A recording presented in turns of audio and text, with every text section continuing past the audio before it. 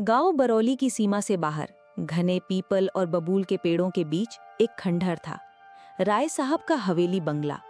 आधी सदी पहले ये जगह शानो शौकत का प्रतीक हुआ करती थी। लेकिन कहते हैं कि राय साहब की मौत के बाद से यहाँ अजीब घटनाएं होने लगी।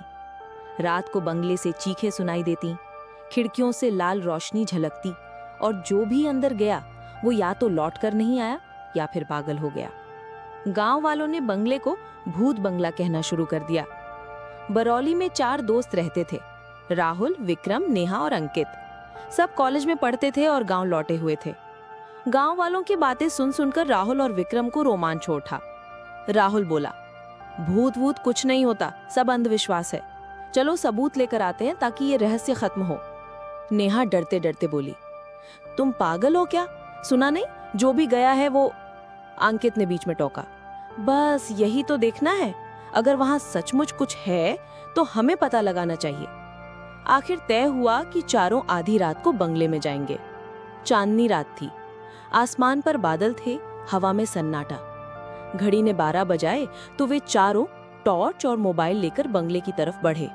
ज्यों ही गेट खोला, एक अजीब सी चीखती हुई हवा निकली, जैसे किसी ने बरसों से बंद सांस बाहर छोड़ी हो। नेहा कांप गई। मैं कह रही थी ना, ये अच्छा नहीं होगा। बंगले का दरवाजा जंग खाया हुआ था।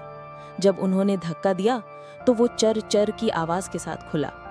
अंदर सड़ांध थी, सीलन, होन और राख की मिलीजुली बू। दीवारों पर टूटे हुए चित्र लटके थे।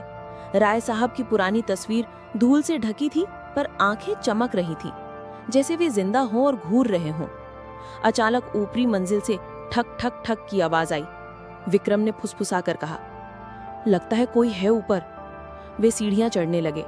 हर कदम पर लकड़ी चरमराती और परछाइयां अजीब आकार बनाकर दीवारों पर नाचती। कमरे में पहुंचे तो देखा जमीन पर पुराना झूला रखा था और वो अपने आप हिल रहा था।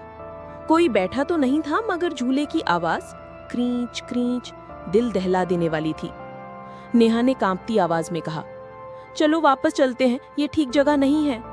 पर राहुल कैमरा ऑन करके बोला, नहीं, अब यही सच मिलेगा। जैसे ही उसने कैमरे की रोशनी घुमाई, अचानक एक औरत का चेहरा झलक गया, आधी जली हुई, आंखें बिना पुतलियों के और मुंह से खून टपकता हुआ। पर अगले ही पल चेहरा गायब हो गया। वे एक और कमरे में पहुंचे। दरवाजा अजीब तरह से खुद ही खुला और अंदर एक पुरानी डायरी पड़ी थी। उस पर खून जैसे धब्बे थे। ये हवेली शापित है, जिसने भी इसे छोड़ा मौत उसका पीछा करती रही। राय साहब ने किसी आत्मा को यहाँ कैद किया था, अब वो आत्मा हम सबको निगल जाएगी। अचानक डायरी के पन्ने अपने आप फटने लगे। कमरा बंद हो गया, खिड़कियां धड़ाम से बंद हुई, हवा तेज हो गई। सीढ़ियों से उतरते हुए उन्हें पीछे से पायल की छन छन सुनाई दी।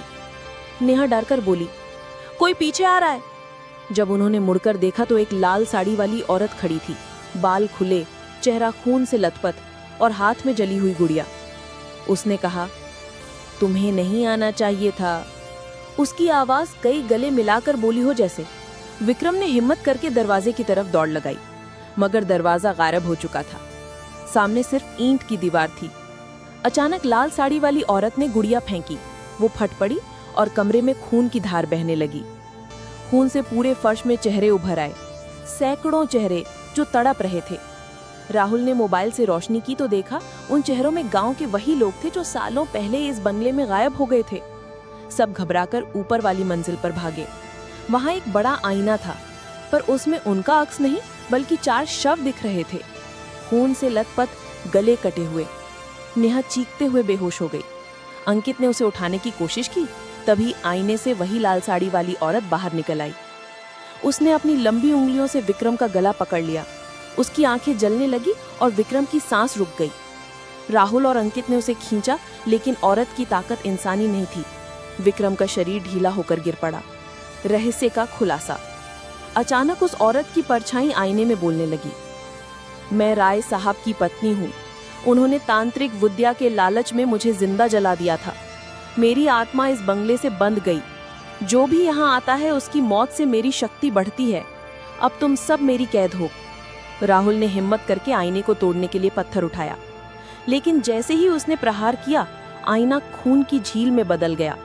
उसमें से सैकड़ों हाथ निकले और राहुल और अंकित को अंदर खींच लिया। नेहा होश में आई तो देखा वो अकेली खड़ी है। उसके चारों ओर खून, लाशें और टूटा हुआ आईना था। वो दरवाजे की तरफ भागी और हैरानी, इस पर दरवाजा खुला था। नेहा बाहर निकली, लेकिन जब पीछे मुड़कर देखा तो बंगला वैसा ही खड़ा था, जैसे कभी कुछ हुआ ही ना हो। गांव वालों ने अगली सुबह नेहा को सड़क पर बेसुध पाया। वो लगातार एक ही बात कह रही थी, वो आईना सबको निगल गया। उसके बाद नेहा कभी सामान्य नहीं हुई। वो पागल हो गई और गांव वालों ने एक बार फिर पक्का मान लिया, भूत बंगला